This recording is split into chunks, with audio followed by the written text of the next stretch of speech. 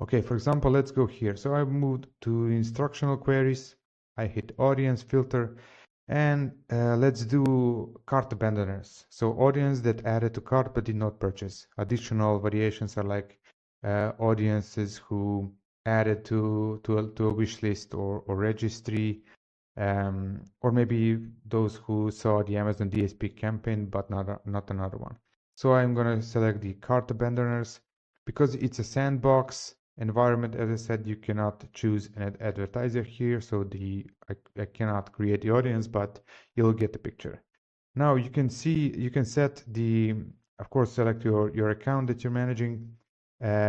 Audience type, you can set like a rule-based audience defined here, or you can select a lookalike audience based on already existing audience. And there are several different tiers of how broad you want to let system go. So you can go like most similar one, hover over here, and it's going to be almost the same with the same properties as already defined. So depending on relevance and audience geography, but most broad is going to be like huge. So this is like up to 10 million, and most similar one is only 1 million.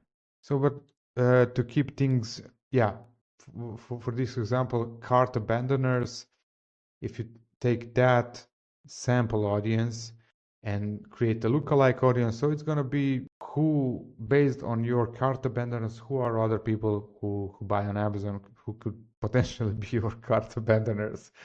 I don't know, potential buyers.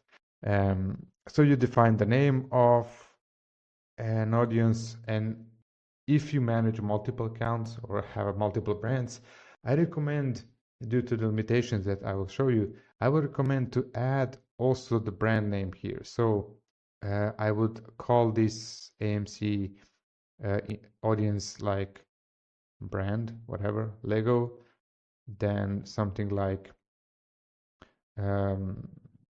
cart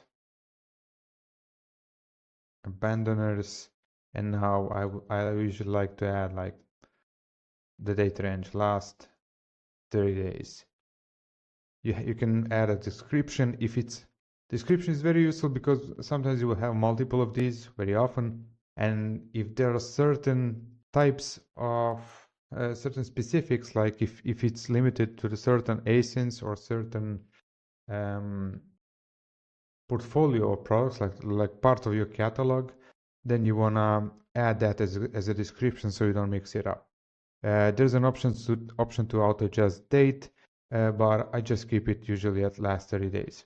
And if you want, you can select only for certain ASINs, but if not, it's just gonna be like all cart abandoners, which is not that precise because you don't want to add audience of somebody who saw if you're selling a football, you don't want to add your cart abandoners to the campaign that sells not only footballs, but I don't know, pencil cases or whatever else. So try to be as specific as you can here, but with the limitation that audience cannot be used in sponsor ads and campaign manager if it's less than 2,000 people. So that's a limitation. So this may not work if you add additional ASINs to include. This may not work if your account is not that big or if you don't have so many people in your audience of cart abandoners.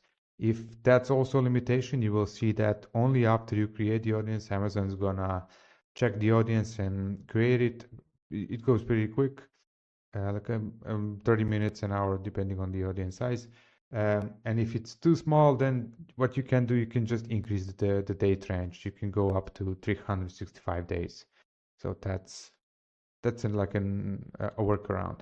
Then you hit create audience, and what's going to happen when you create that audience, you need to wait for a few days, typically 48 hours, 2 days, until that audience as an option appears in your campaign manager. And this is how it's going to look like after a few days. So don't get worried if you don't see it that quickly. So once you go to your campaigns, under the bid adjustments, these to be placement adjustments. Now bid adjustments, you will see an option aside from all placements and Amazon business placements, you will see additional option for audiences. And there you're gonna see only all shoppers and the stats for all shoppers, and you will have an options to change audience.